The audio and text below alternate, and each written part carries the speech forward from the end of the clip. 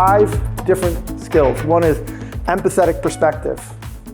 Another one is called uncovering demand. Third one is causal structures. The fourth one is prototyping to learn.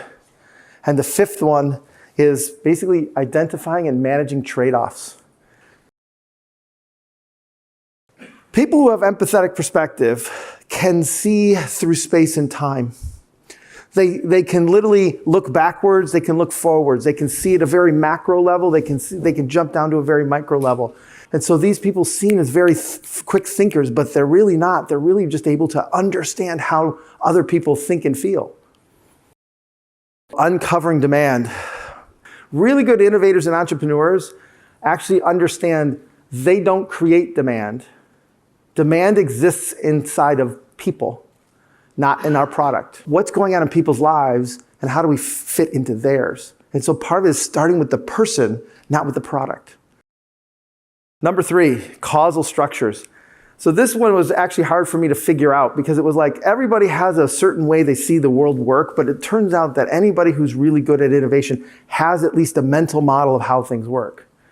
And that this kind of like highlights the thing, and this is, to be honest, it almost highlights like my career, which is I was so worried about events and patterns that I didn't actually have a way to see underlying structures.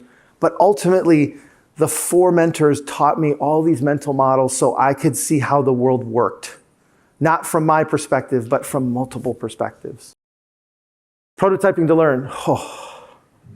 We actually test to prove what we know. Hypothesis testing. In Japan, they would say, like, we test because we don't know.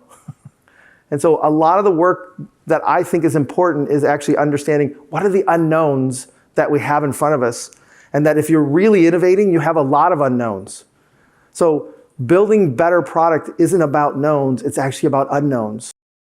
Making trade-offs. I was told to optimize.